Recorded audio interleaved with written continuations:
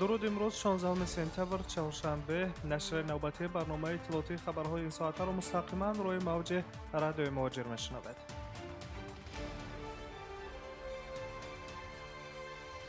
мақомоти тоҷикистон бо ҷониби русия дар бораи парвозҳои иловагии чартерӣ то охири моҳи равон аз шаҳрҳои гуногуни Федератсияи Русия ба мувофиқа расиданд, менависад Z+ бо истинод ба манбаи огоҳии худ дар вазорати корҳои хориҷӣ. шумораи парвозҳои чартерӣ аз Русия ба Тоҷикистон зиёд карда мешавад. ҳар рӯз ҳадақал 3 парвоз аз Москав анҷом дода хоҳад шуд. дар як рӯз аз минтақаҳои дигари Русия 1 ё 2 парвозӣ сурат мегирад. барои ба парвозҳои чартерӣ роҳ ёфтан мисли қабл шаҳрвандон бояд дар сафорат ва консулгариҳои Тоҷикистон дар Русия сабти ном шаванд, гуфта мешавад дар хабар аз қавли манбаъ. илова мегардад ки ҳангоми бозгашт ба Тоҷикистон шаҳрвандон бояд шаҳодатномаи набудани COVID-19-ро дошта бошанд ки 96 соат ё худ 4 рӯз пеш аз воруд ба Тоҷикистон дода шуда бошад. кӯдакони синни то 3 сола аст пешниҳоди чунин шаҳодатномаи тиббӣ озод мебошанд. طبق اطلاع ҳамаи парвозҳо тавассути ширкати ҳавопаймоии Somon Air анҷом дода мешавад. намояндагони рависати иттилооти вазорати корҳои хориҷии Тоҷикистон низ хабари мазкурро тасдиқ карда гуфтанд ки онҳо бо мақомоти Русия дар бораи иҷрои парвозҳои чартерии иловагӣ ба Тоҷикистон ба мувофиқа расиданд, аммо дар бораи афзоиши парвозҳо чизе нагуфтаанд.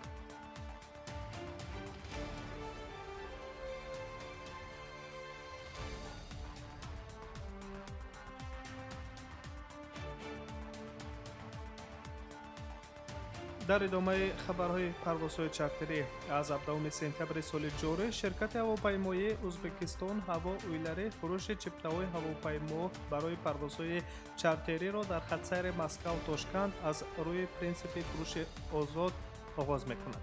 дар ин бора хабаргузории Фарғона менависад. طبق این خبر چپته‌ها را الکی از سایت رسمی جمعیت سهامی کشاده ازبکستان هوا اویلره و اینچنین از خزینه‌های رسمی چپته فروشی جمعیت سهامی کشاده ازبکستان هوا اویلره در حدود جمهوری ازبکستان و روسیه خریدن ممکن است. غیر از آن چپته‌ها هر روز از ساعت 10 تا 19 در خزینه‌های رسمی شرکت هواپیمایی ازبکستان در مسکو واقع در سراغ تورسکای 28-2 فرودگاه بین‌المللی ونوکووا کاسه‌های 31 و 32 به فروش گذاشته می‌شوند.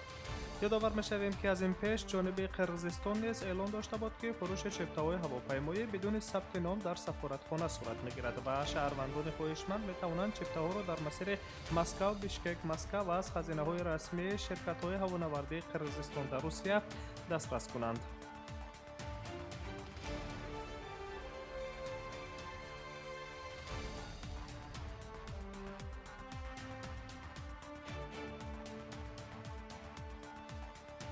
шунавандагони азиз, шумо барномаи иттилооти хабарҳои рӯзро мустақиман рӯи мавҷи радиои муҳоҷир мешунавед. мегузарем ба хабари дигар. кормандони мақомоти ҳифзи ҳуқуқ ду шаҳрванди Тоҷикистонро дар наздикиҳои Москав бо гумони хариду фурӯш ва интиқоли ғайриқонунии маводҳои сабтаъсири нашъадор боздошт карданд. хабар медиҳад Спутник Тоҷикистон бо истинод ба шабакаи телевизионии 360. гуфта мешавад ки аз зери фарши нақлиёти боздоштшудагон ки шаҳрвандони хориҷӣ дар он сафар мекарданд қариб 500 грамм маводи сахттаъсири навъи ҳероин ёфт ва мусодира карда шудааст. як манбаъ аз мақомоти ҳифзи ҳуқуқ хабари мазкурро шаҳр дода гуфтааст ки муҳоҷирони боздоштшуда дар ҳеҷ ҷо кор намекунанд ва дар як хонаи иҷора дар минтақаи Митиши дар наздикии Москав зиндагӣ мекарданд. нисбати шаҳрвандони хориҷии боздоштшуда бо дастрасӣ ба моддаи 228 прим 1 кодекси ҷиноятии Федератсияи Русия истеҳсол, фурӯш ё интиқоли ғайриқонунии маводи мухаддир ба миқдори калон парвандаи ҷиноӣ боз шудааст. дар сурати исботи гуноҳ гумонбарони ҷинояти мазкурро то 20 соли зиндон таҳдид мекунад.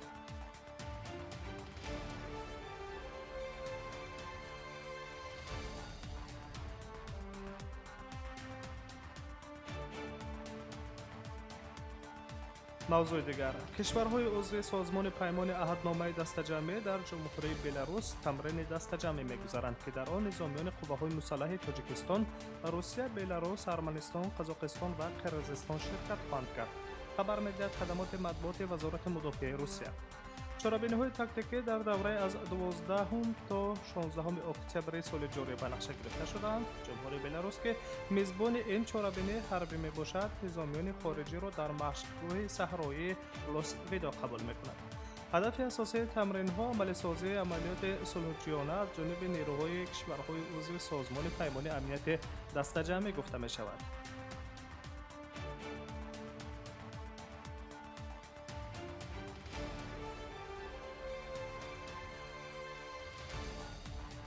ادامه خبرها. وزارت شغل و روابط مهنت خارجی جمهوری ازبکستان در همکاری با دانشگاه دوستی خلق‌های روسیه اینچنین شرکت ورلدیتس ازبکستان و روسیه کورس‌های رایگان زبان روسیه را در مسکو و 4 شهر دیگر کلان روسیه افتتاح کردند. می‌نویسد podrobno.uz.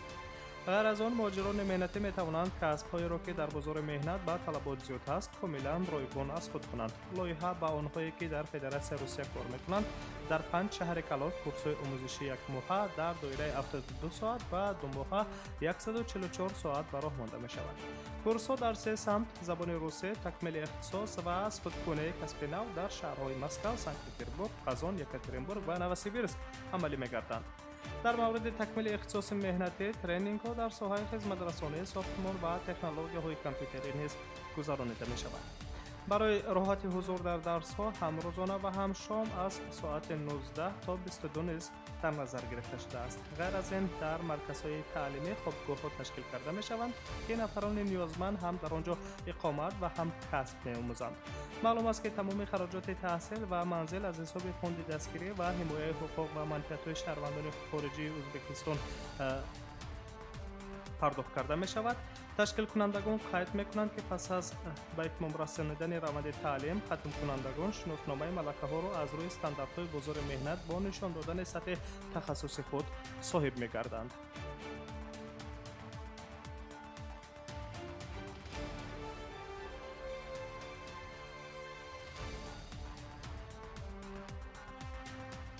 در ناحیه کنیلسکی ولایت سمارا نزدیک به منطقه سرحدی روسیه و قزاقستان یک اردوگاه برای اقامت موقته مهاجران کاری از ازبکستان تاکنون فعالیت دارد که علاقه در آن 4282 نفر جمع آمدند. خبر می‌دهد خدمات مطبوعات حکومت ولایت سمارا.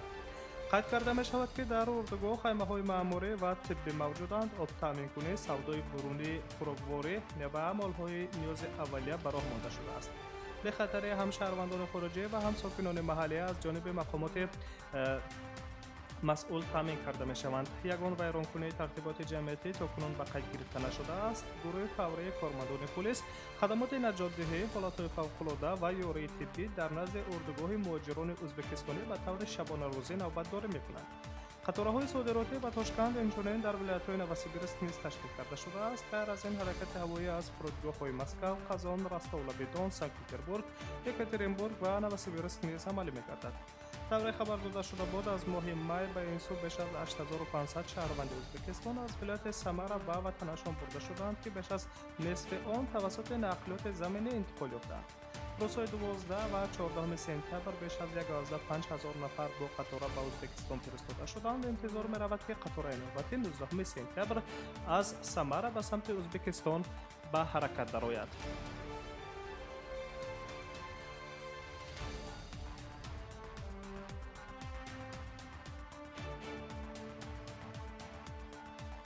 شما تفصیل خبرهای این ساعته تاجیکستان و جهان رو مستقیما میشنوید و از روسیه به امریکا میرویم. شاهیگری بحرین، امارات متحده عرب و دولت اسرائیل در واشنگتن برای به اعتدال آوردن مناسبت‌ها سازشنامه همکاری به امضا رسانیدند. سخن درباره امضای سازشنامه صلح نمی رود زیرا دولت‌ها جانب‌های سازشنامه با همدیگر تاکنون به موافقت نرسیدند.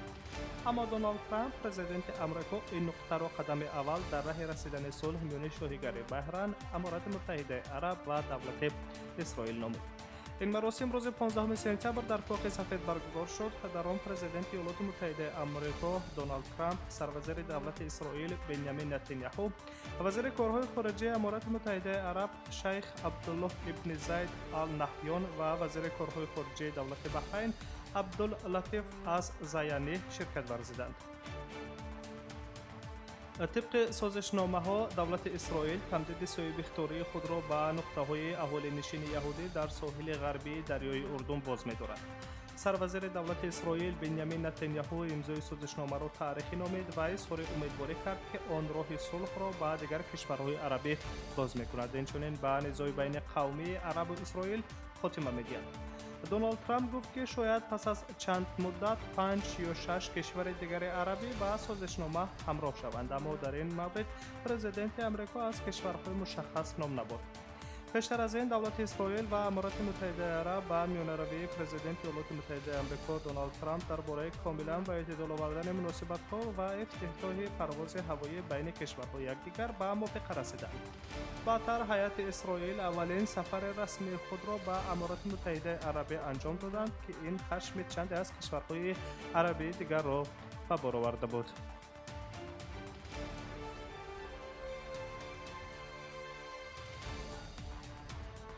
سامیان عزیز، شما در طول 11 دقیقه تفصیل مهمترین خبرهای تاجیکستان و جهان را در این ساعت مستقیما شنیدید و انتظار خبرهای دیگر در ساعت‌های بعد بمانید. سلامت باشید.